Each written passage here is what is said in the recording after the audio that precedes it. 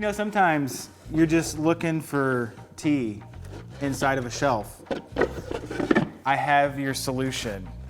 This week, I filmed an episode of I Can Do That. And when I say this week, I mean today and yesterday. But I made not a hidden shelf, a floating shelf. It has 5 drawers inside of it that, this is all gonna go over my coffee station at my house. And so it's 5 feet long.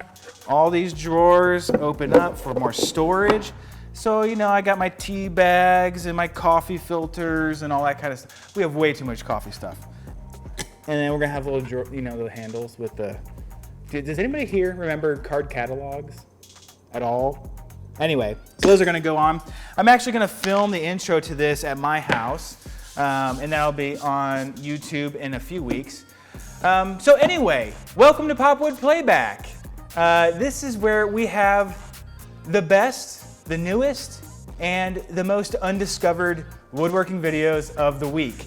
I have 3 videos for you this week. The first one is from a little fella named Matt Cremona. You may have heard of him. I don't know why everyone makes fun of how tall he is so much.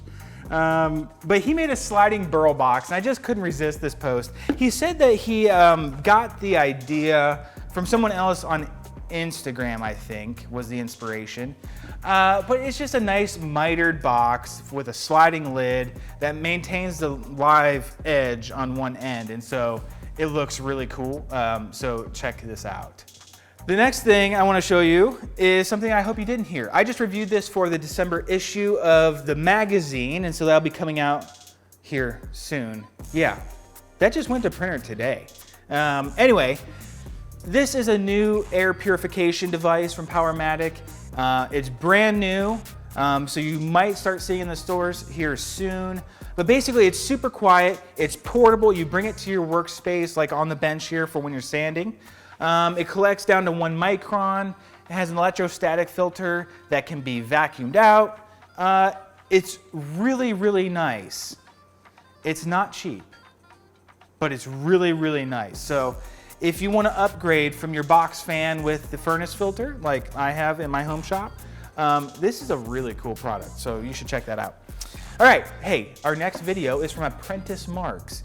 He made a chisel cabinet out of barnwood, excuse my notepad here, out of barnwood, and he has 664 subs.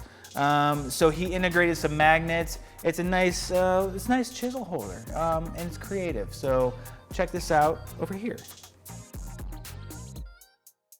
Next up is Tamar from 3x3 Customs. And here, I'm just grabbing my toolbox that I showed you last week. Why it's on the ground?